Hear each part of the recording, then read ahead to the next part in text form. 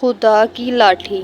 کچھ لوگ انسانوں کے سمجھانے سے نہیں بلکہ اوپر والے کی لاٹھی کھانے سے ٹھیک ہوتے ہیں۔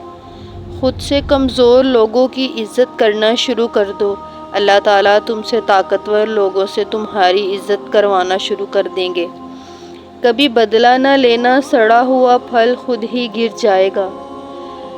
صبر تمہارے لیے اللہ سے کن کی سفارش کرتا ہے۔ ہمیشہ خوش رہنے کی کوشش کریں، اداس رہ کر بھی کون سا مسئلے حل ہوتے ہیں۔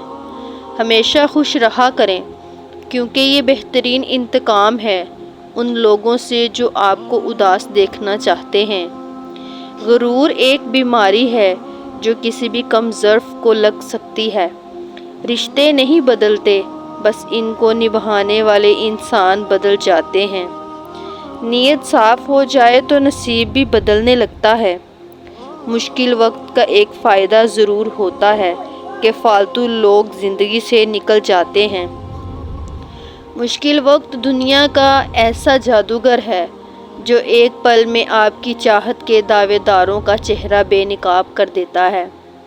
آج کل لوگ آپ کے دکھ صرف مزہ لینے کے لیے سنتے ہیں، نہ کہ ساتھ دینے کے لیے۔ ہر ایک سے پرہیز اچھی ہے۔ ایسا کیوں ہوتا ہے کہ ہمارے لہجے کی تلخی سب محسوس کر لیتے ہیں اور ہماری آنکھوں کی نمی کسی کو بھی نظر نہیں آتی؟ ٹینشن، بے چینی، ڈپریشن تب ہوتے ہیں جب ہم دوسروں کو خوش کرنے میں اپنی زندگی گزار رہے ہوں۔ بغیر مطلب کے یہاں دلاسے بھی نہیں ملتے، لوگ یہاں دل میں بھی دماغ لیے پھرتے ہیں۔